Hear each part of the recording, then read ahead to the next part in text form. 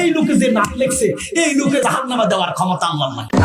ओ भाई বন্ধ मारो করে मुझे मारो मारो मुझे मारो माजर गुजर मारो। कोलो किता? नहीं ये मजाक हो रहा है एक सेकंड यार मजाक हो रहा है नहीं ये वक्त बदल दिया जज्बात बदल दिए जिंदगी बदल दी বিতৃষ্ণ হয়ে গেছে এই সমস্ত ভণ্ডারা এক এক সময় এক এক ফতোয়া দিয়ে থাকে। এক একবার বাংলাদেশের 16 জন আলেমদের ওয়াজ শোনা যাবে না হারাম। এক এক সময় মানে সুন্নি জিলাফিকুর মাজার পূজারি ফেট পূজারি দরগা পূজারি খাট পূজারীদের ওয়াজ শোনা যাবে। তো এইটা কি কইলো কবি নজরুল রে জাহান্নামে দেওয়ার ক্ষমতা আল্লাহর নাই, নাউজুবিল্লাহ। অথচ আল্লাহ কয় কি ইন্নাল্লাহা আলা কুল্লি শাইইন কাদির। এর অর্থ তো জানে না, কারণ যারা কুল আল্লাহু আহাদ আল্লাহ কারো থেকে জন্ম নেই নাই ইত্যাবক্তা প্রোডাক্ট ডেলিভারি দিতে পারে, এদের কাছ থেকে তো এরকম বক্তব্য আশাই করা যায়। প্রিয় দর্শক, আল্লাহ বলছেন আল্লাহ সবকিছুর উপর সক্ষম। ইন্নাল্লাহা নিশ্চয়ই আল্লাহ আলা কুল্লি শাইইন সবকিছুর উপর কাদির। আল্লাহর একটা সিফতি নাম কাদির, আব্দুল কাদির আমরা বলি নাম। তো কাদির আল্লাহ তাআলার একটা সিফতি নাম। আল্লাহ সব কিছুর উপর সামর্থ্যবান, সবকিছু করতে তিনি সক্ষম, তার কোনো কিছুর প্রয়োজন হয় না, কোনো কিছুর অবকাপ্য কিনা। সেই আল্লাহর এই সিফতির নামকে অস্বীকার করা, এই বক্তা কি বলছে দেখছেন? এই লোকে যে নাক লেখছে এই লোকের জাহান্নামে দেওয়ার ক্ষমতা আল্লাহর নাই। মানে কবি নজরুল তিনি অনেক সঙ্গীত লিখেছেন, নবীর শানে অনেক কথা লিখেছেন। আহলে হাদিস অনেকেই ওনার কিছু গানের মধ্যে, ওনার কিছু গজলের মধ্যে, নাতে রাসূলের মধ্যে তারা ভুল ধরেছে। তাদের যৌক্তিক কারণও আছে সেখানে, কিন্তু এই ব্যক্তিটা কইল কি তারা ভুল ধরতে পারে, তাদের গানে হইতে পারে, তিনি আলেমরা তাদের ভুল ধরতেই পারে, স্বাভাবিক। কারণ কবি নজরুল তো সে কোনো আলেম ছিলেন না, সে তো একজন গবেষক ছিলেন, সে একজন কবি ছিলেন। তো কবিদের ভুল হতে পারে, এটা স্বাভাবিক। তার ভুল যদি হয়ে থাকে সে তো আর ইচ্ছা করে ভুল করেনি, সেটা আল্লাহ দেখবেন।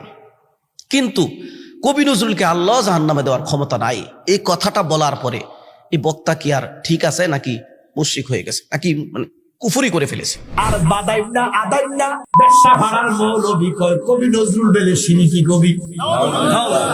আরে তোর জন্ম হয়েছে ব্যবসা খানা, তুই নজরুল চিনবি কিতা? দেখছেন তার মুখের ভাষা, তার অঙ্গভঙ্গি, মানে এগুলা হচ্ছে বক্তা।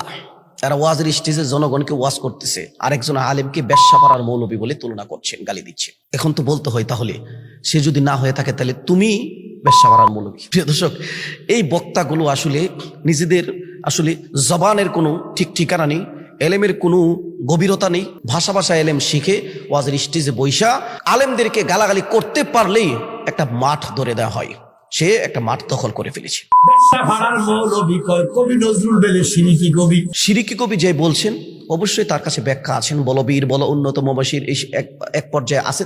তো এই সমস্ত কিছু গানের মধ্যে, সমস্ত কিছু কবিতার মধ্যে তারা ভুল খুঁজে পেয়েছেন।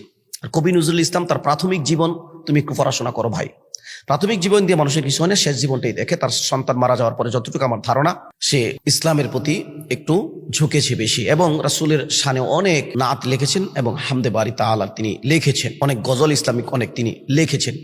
তার স্ত্রী কে ছিল? প্রমিলা নাকি পরমিলা, উনি তো একজন হিন্দু ছিলেন, বিধর্মী ছিলেন। সারা জিন্দিগি তার সাথে সে কাটাইছে একজন বিধর্মীর সাথে, তাকে কি মুসলমান বানায় আলিছে? তো একজন মুসলমান আর একজন হিন্দু কখনো কি বিবাহের বন্ধনে আবদ্ধ হতে পারে? হতে পারে না। প্রিয় দর্শক, কবি নজরুল আমাদের পছন্দের কবি, আমাদের দেশের জাগ্রত কবি, জাতীয় কবি। আমরা যাকে শ্রদ্ধা করি, তার ভালো দিকগুলো আমরা গ্রহণ করি, আমাদেরকে আগ্রহ পয়দা করে, উৎসাহ দেয়, ভালো লাগে। কিন্তু এই ব্যক্তিটা কি করলো? ব্যবসা ভাড়ার মৌলবী কয় কবি নজরুল বেলে সিনি কি কবি। এই হচ্ছে তাদের অবস্থা।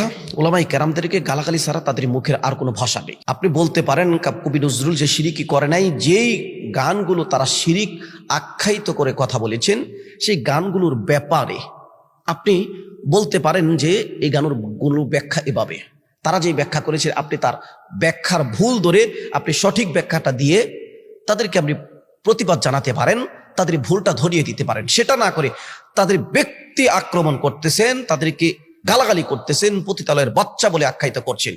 এই রাইট ইসলামকে আপনাকে দিয়েছিল? আপনার আরেকজনের চাটুকারিতা করতে গিয়ে, নিজেকে আশেক রাসূল প্রমাণ করতে গিয়ে গালাগালি করতেছেন, অথচ রাসূল সাল্লাল্লাহু আলাইহি ওয়াসাল্লাম জিন্দেগিতে কখনো গালি দেন নাই, গালিকে পছন্দ করেন নাই, গালি দিতে নিরুৎসাহিত করেছেন। আল্লাহ তাআলা গালি দিতে নিরুৎসাহিত করেছেন, নিষেধ করেছেন, মুসলমানকে গালি দেওয়া হারাম, আর আপনি শুধু তাকে গালি দিচ্ছেন। তো এগুলো তো আশেক রাসূলদের প্রমাণ বহন করে না। প্রকৃতপক্ষে আশেক রাসূল হলে তো গালি আপনাদের মুখ থেকে শোনা যেত না। কিন্তু অথচ দেখা যায় এই আপনারাই সবচেয়ে বেশি ওয়াজের স্টেজে বৈশা গালাগালি করতেছেন মানুষদেরকে, আলেমদেরকে। এই লোকে যে নাক লেখছে এই লোকের জাহান্নামে দেওয়ার ক্ষমতা আল্লাহর নাই। জাহান্নামে দিবে না, উনি এটা সার্টিফিকেট দিয়ে দিছে। কোন ব্যক্তি জাহান্নামে যাবে, কোন ব্যক্তি জান্নাতে যাবে, এটার সার্টিফিকেট দুনিয়া থেকে কেউ দিতে পারে না ভাই, এটা আল্লাহ তাআলা জানেন। এই এলেম দুনিয়ার কাউকে আল্লাহ তাআলা দেয় নাই। অতএব এটা নিয়ে তোমার মাথামাতি না করলেও চলবে। তুমি কবি নজরুলের ভালো সঙ্গীতগুলো মানুষকে শুনায়া রাসূলের প্রতি আকর্ষণ, রাসূলের প্রতি মহাব্বতের যেই কবিতা, যেই নাত তিনি লিখেছেন, সেগুলো শোনায় মানুষকে উৎসাহ দিতে পারো। কিন্তু তুমি এই যে আলগা চাটুকারিতা কইরা একজনকে জান্নাতে ঢুকায় আর একজনকে জাহান্নামে ঢুকায় আর একজনকে পতিতালের বাচ্চা বানায়া ওয়াজ করতেছ, এগুলা কি ইসলাম পারমিট করে? এগুলা কি ইসলাম কখনো সমর্থন করে?